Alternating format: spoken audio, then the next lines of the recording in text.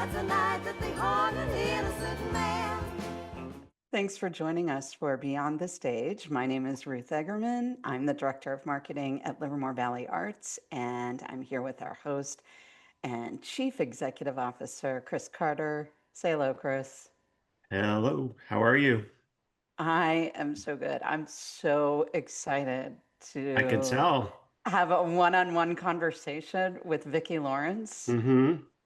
I gotta tell you, I totally.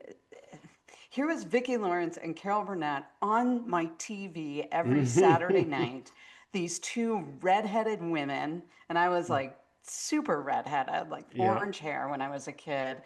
And I just connected with them. I felt like they were performing for me. So I don't know. This is like a dream come true for me. The only thing that could actually make this better is if Carol Burnett was in this interview as well. Yeah. So Well, Vicky's that's where great. I'm at today. Yeah. I'm looking forward to it too. I think she's great. And I grew up with the Mama's Family show, one of my Mm, favorite shows, and just such an iconic, fun character. And yeah, lot of questions. A lot of yeah, questions. yeah. So I'm not sure if we're going to have enough time to ask her everything we want. So we'll just have to come to the show, which is we have two. She's performing two show twice. times on Hmm. Saturday, August 16th, Yep. one at 3 p.m., one at 8 p.m. They're both selling well. So if anybody is listening to this and you're interested in seeing the show, you better get on it. You can get tickets by going to livermorearts.org or by calling the box office at 925 373 6800. So what's one thing you want to know about Vicki Lawrence that you're dying to learn? Uh, I- I'm really curious about the mama character and where it came from and how she came up with it because um there's some of us have those people in our lives, right? And Yeah. so I think it's so familiar.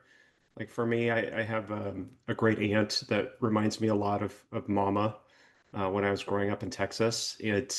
She's still alive, and um, it it's just such a fun, endearing character, and I'm just curious, like where that came from, how she came up with that, and she's from Southern California. She's not from the South, but she's Well, somehow your developed family this. is, you have Southern roots, don't you? I do. Yeah. Yeah, I grew up in Texas. My mom's from Oklahoma, and I spent, we lived in Texas up until I was about 14 years old, and then we moved to California.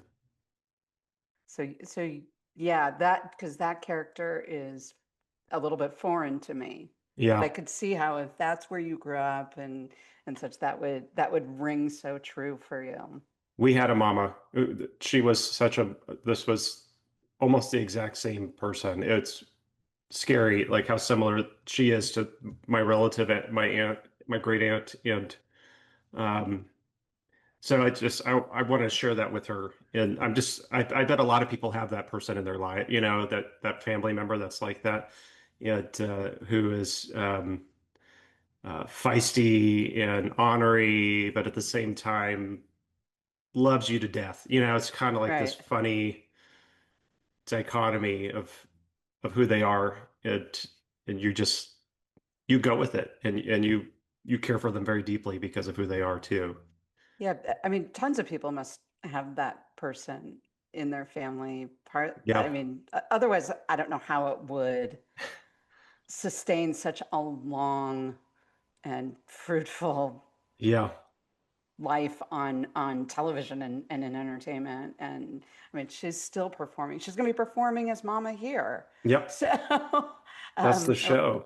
it's the show. It's a Yeah. two-woman show. Vicki Lawrence and Mama. I am kind of hoping she does sing the night the lights went out in Georgia, but Hmm. I don't know if she will. I don't know what her show is like. I've never seen her live before, so should be Well, fun. you'll have to ask her. Yeah, Put in yeah. a request. Put in my request. Yep. uh, so as I mentioned, stay tuned and listen to this wonderful interview with Vicki Lawrence. Super excited to talk to her, and please enjoy the interview. Good. Well, I'm Ruth Eggerman. I'm the director of marketing here. I've had many conversations with Sandy. He's such a delight to talk to. Oh, good. Okay. So, Sometimes he can drive you crazy. well, that's his I job, love right? it, but sometimes.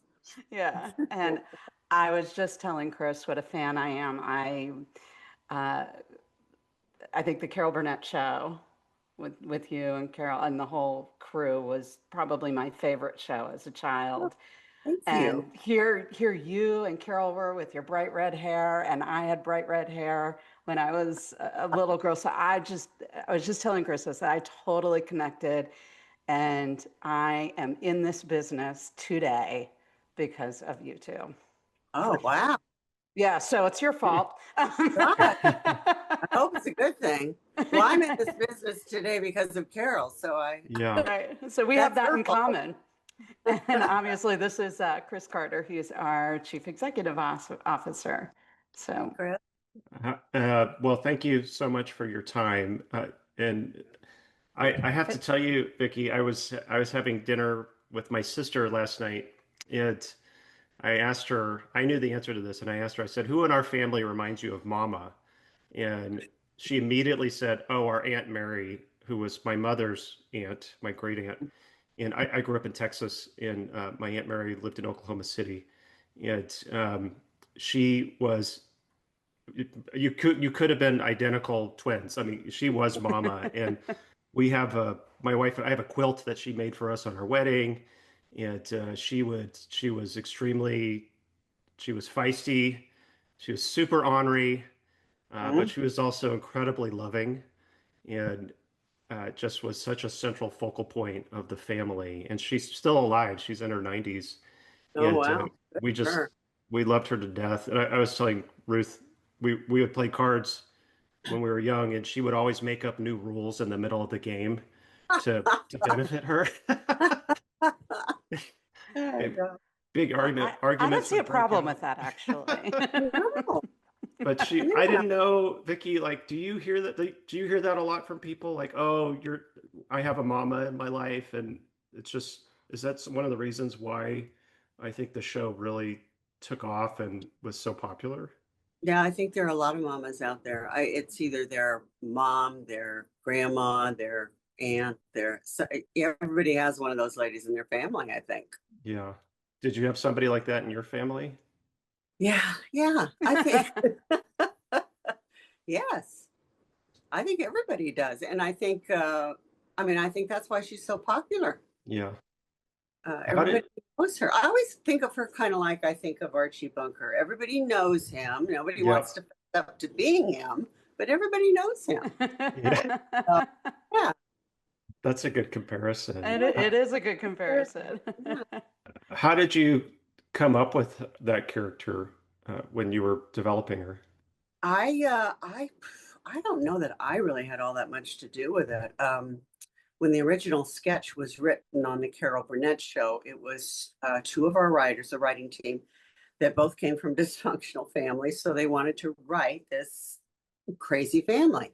And they wrote Mama for Carol, but she Okay. didn't have the part. She said, I want to be Eunice. I think that's what I feel, Eunice. So the writers were upset. And then when she said to Bob Mackey, don't you think we could make Vicki Mama? He said, sure. Because by that time, he'd made me lots of crazy old ladies on Yeah. that. So now the writers are doubly upset. And then we went to rehearsal, and Carol said, we're going to do it Southern. Now the writers are just furious. Yeah, they said we ruined it, and nobody was going to like it. We were going to offend half the country. And Carol said, well, this is the way I want to do it. So, Yeah. yeah. Well, you But nailed it. I inherited her from Carol. She didn't want the part. Oh, that's funny. I always thought it was funny how you're so much younger than her too, and you ended up playing her mother. Uh-huh. Somewhat ironic.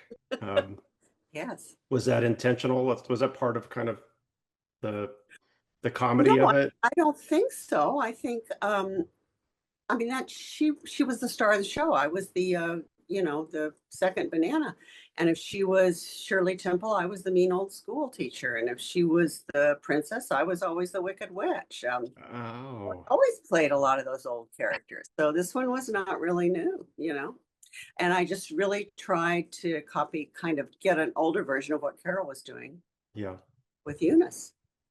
Can you talk about there's a famous story about how you got onto this show, and how you were cast, and because you were pretty right out of high school, I think. Is that right? I met her when I was in high school. Yeah. Yeah, November of my senior year.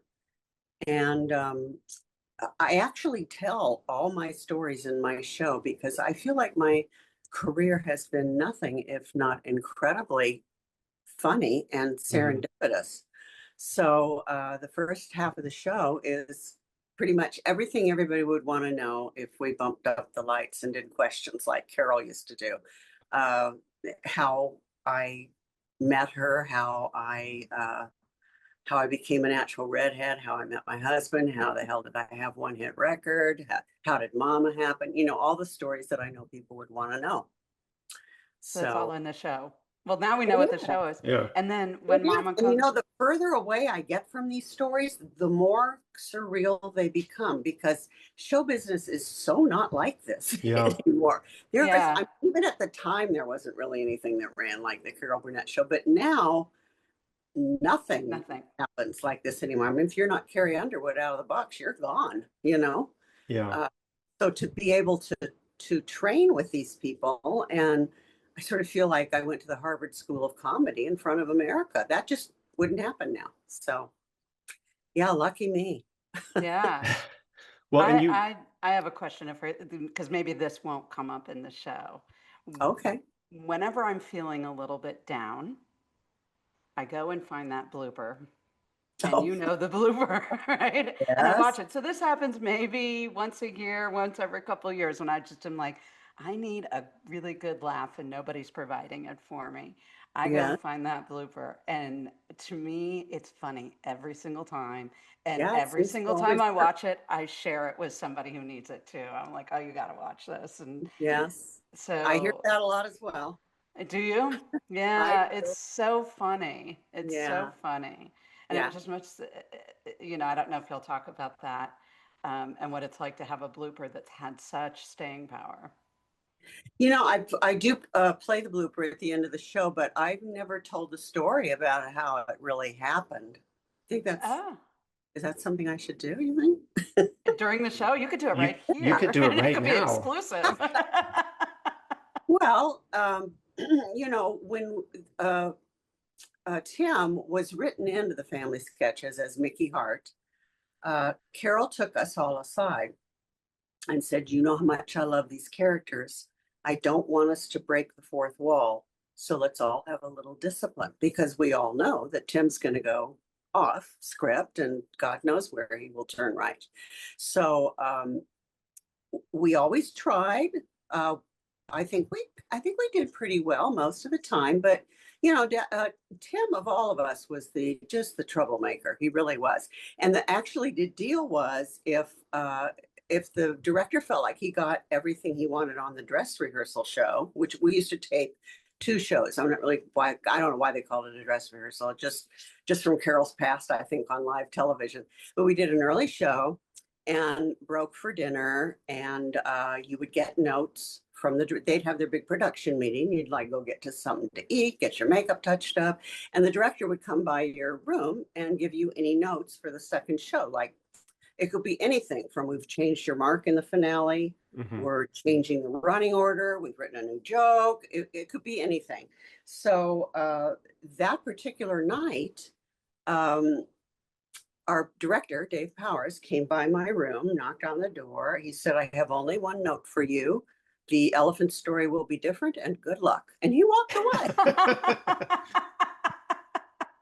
So by this time, I'm married to my husband, Al, who was the makeup man on the show. And he's sitting over in the corner reading, I don't know what he was reading.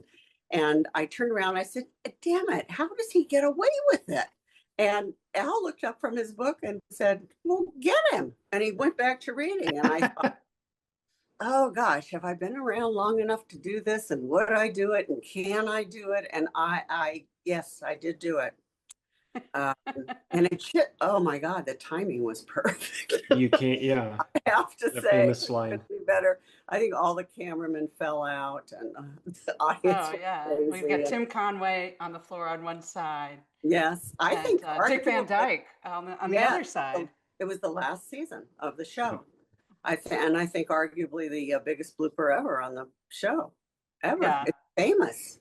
Well, if Yeah. anybody who's listening does not know what we're talking about, this is where he's telling the elephant Oh. story. Oh, Oh, I yeah. think She's going to they show it at the may show.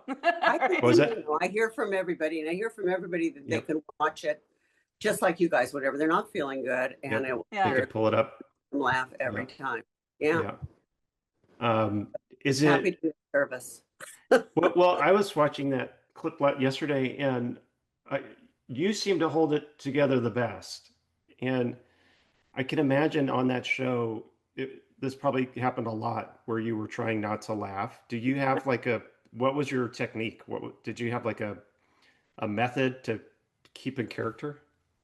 Honestly, Chris, it was a lot of years before I felt like I had really earned the right to play in the sandbox with the grown-ups. Mm-hmm. So I didn't really feel it was my privilege so much to cause trouble or crack up or anything. So, I mean, I would bite my lip hard and stay in character Very way professional. more than anybody else because I just wasn't sure it was my place yet. When Mama came along, I got a little more self-assured. Yeah. Did you get, you talked about it was like the Harvard School of Comedy. Mhm.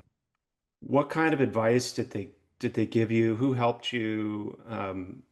What was that like for you to learn from some of these people, these great comic geniuses? Um, well, yeah, I mean, you learned a lot just by sitting in the audience watching them on rehearsal days when we finally got to the stage. Anytime, if you just watch them, I think you were bound to get a lot of it just by osmosis. Mhm. But it was definitely Harvey that took me under his wing Yeah. and Carol had a show to run, so Harvey would take me aside and work on dialects and work on props and tell me who I was in all those movie takeoffs that I didn't even know. Oh, I mean, he was definitely a huge mentor, and I miss him horribly. I loved him.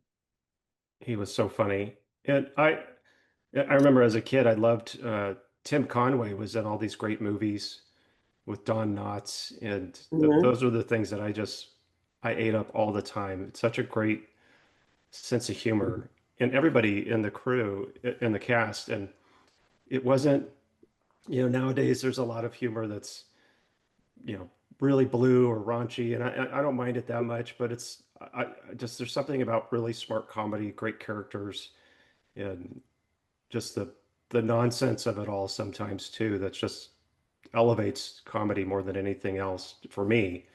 And I was curious for you, like when you look at comedy nowadays, is what do you find funny, or is there things that you really like, or what do you think Everything about that it? I love is streaming. I don't watch a lot of network television Yeah, too anymore because I feel like the streaming services are the ones that are really doing the good stuff. And I will say this, when I'm out and about, I find that MeTV is humongous because a lot of parents and grandparents are introducing their kids and grandkids to those old shows yeah, because they're still good. They're still great. I feel like now it's easy to throw a bunch of cuss words in there and call it funny. yeah, Uh, but God, the writing was so good back then. yeah, Yeah, I feel Yeah. like there's never been a show and it was, it wasn't just the Carol Burnette show. It was the Carol Burnette show and Laugh-In and, the Smothers Brothers. And there was just, and Sonny and Cher. And so to me, it was like this cornucopia of just amazing talent and lots of fun. While the Carol Burnette show was my favorite, I would watch all of those shows if my parents let me. So it was just spectacular. I'd love to go back and ask you a question. You talked about that privilege of playing in the sandbox. a little bit. And I'm just kind of curious if that was because you were so young when you started and you were working with such veterans, or if it was because you were a woman, or do you feel like maybe if you were a man, you had come into that sandbox, you would have gotten to play right away or within a couple of, you know, a year or something. Do you think that that had anything to do with it, or was it just your own feeling? Well, I was so young, and I mean, Carol even said after a few weeks, after the show was on the air a few weeks, all the suits came down and said, "Do you think maybe you want to get a real actress?" And she said, "No." And they said, "Well, she's a little rough." And Carol said, "She is a diamond in the rough, and she's not going anywhere." Um, so I mean, I really feel like I owe Carol my life. Yeah. Are you She, still in contact with her? oh God, yes. Yeah, I Yeah, talked. Yeah, that's so cool. guys. Yeah. I think we're probably closer than we ever were. Because when I was first on the show, I was such a kid. They were all married and Hmm. had families. They would go on vacation together. They would go to dinners together. I didn't go. I was a teenager who was dating all the ushers at CBS, you know.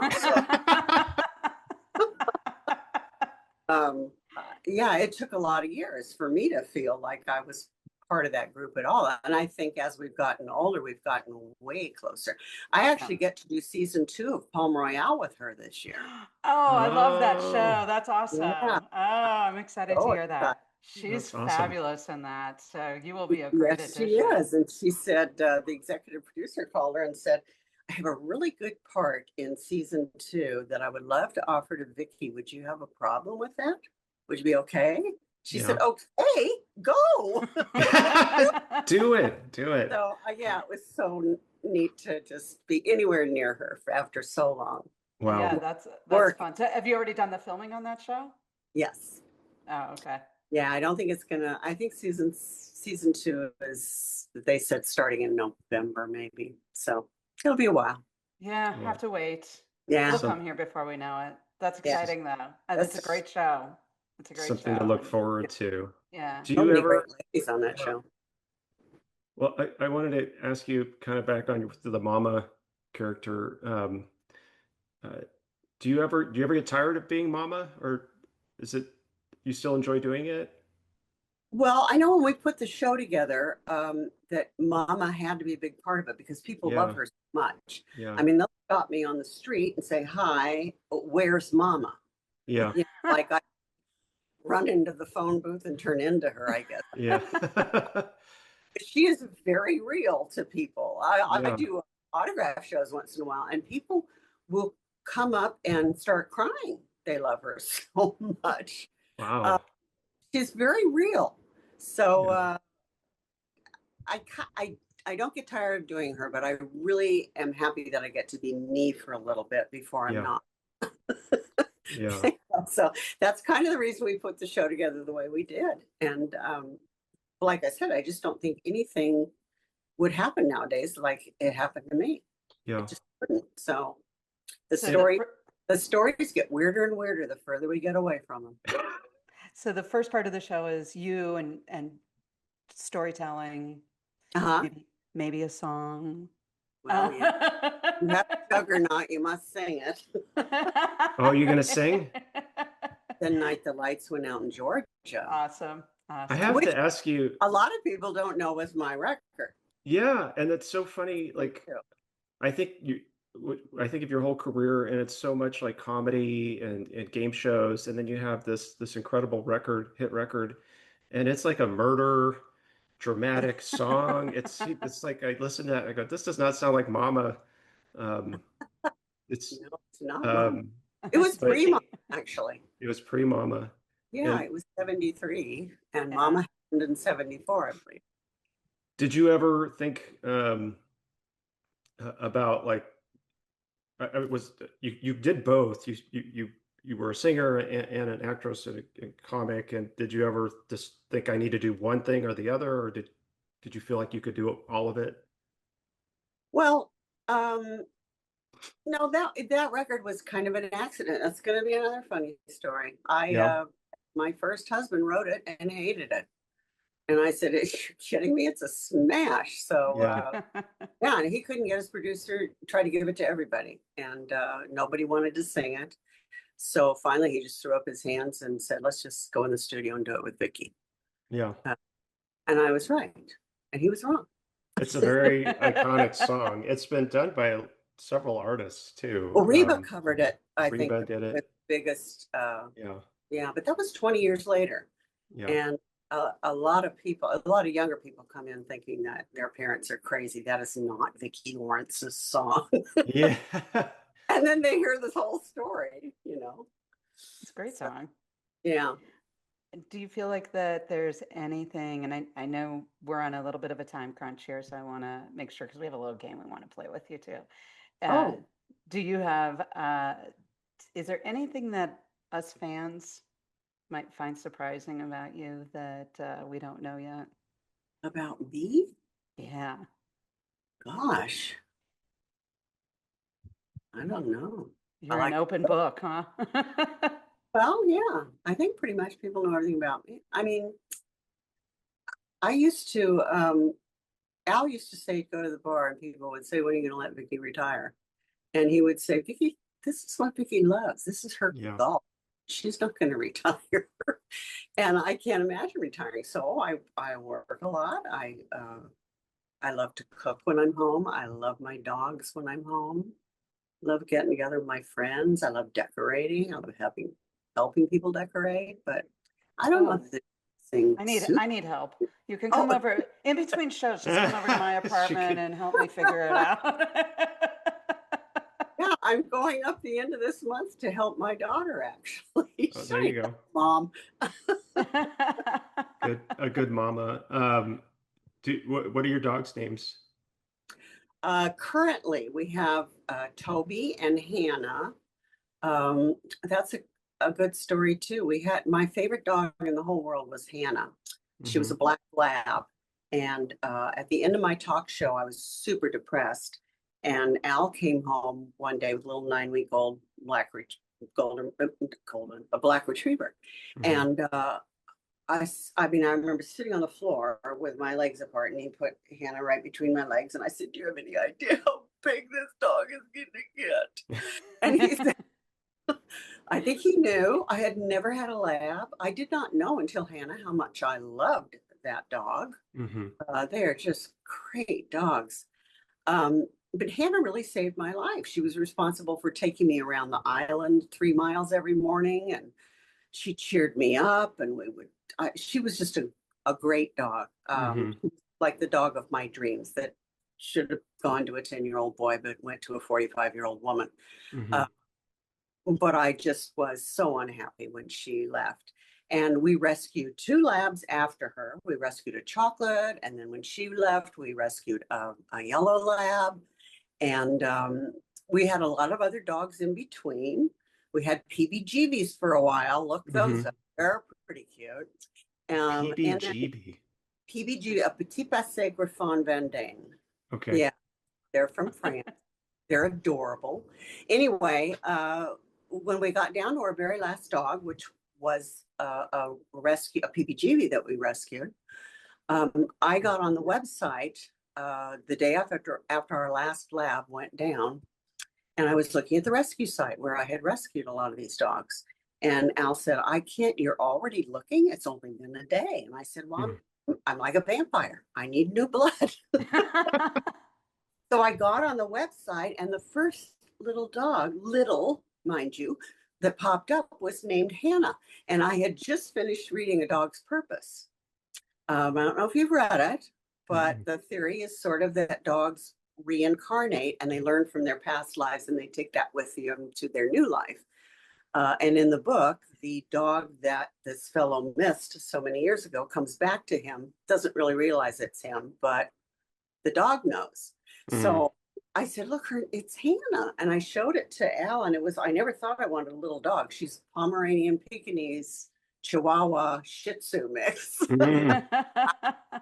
So she's a little princess and a little terror, but I adore her. And my sister said, "You're going to rename her, right?" And I said, "No." She said, "Well, she doesn't look like a Hannah." I said, "But what if she is?"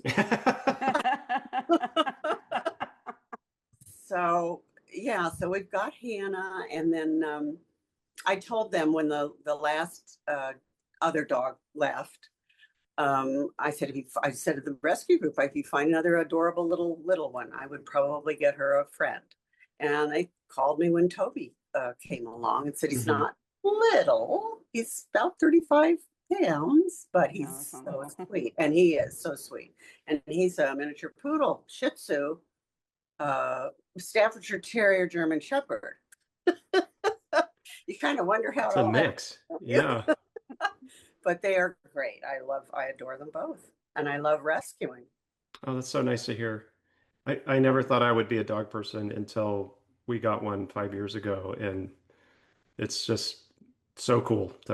We love it so much, and Yeah, I like to hear yeah, those stories. yeah.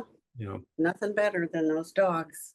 well, we're gonna let you go here, but we do, as Ruth said, we like to play a little game. This is kind of a fun, easy thing, but it's a little way to get to know you better. And since you are a musical artist, um, Oh dear. a musical artist.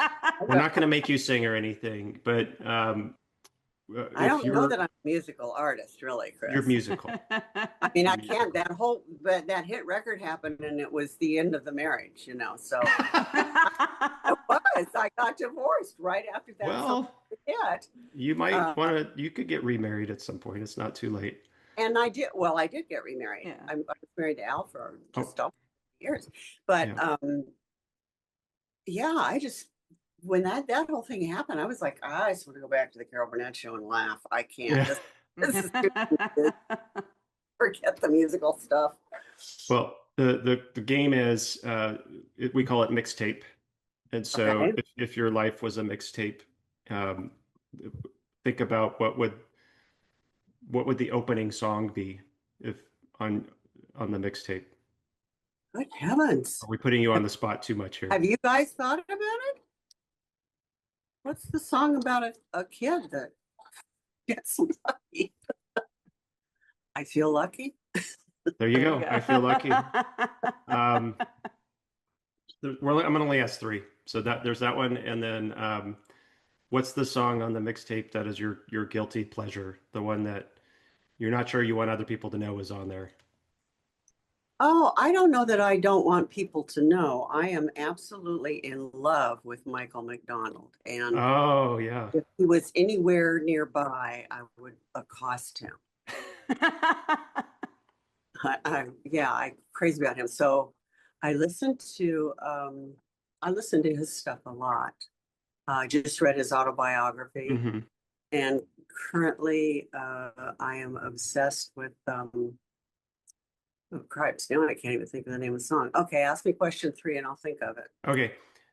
Question 3 is, by the way, there's a really good documentary on HBO about yacht rock, and I think Michael McDonald's featured in it Yes. quite a bit. No, he is. Yeah. Um, the last one is what's the last song? What's the closing song? The closing song. Probably The Way We Were.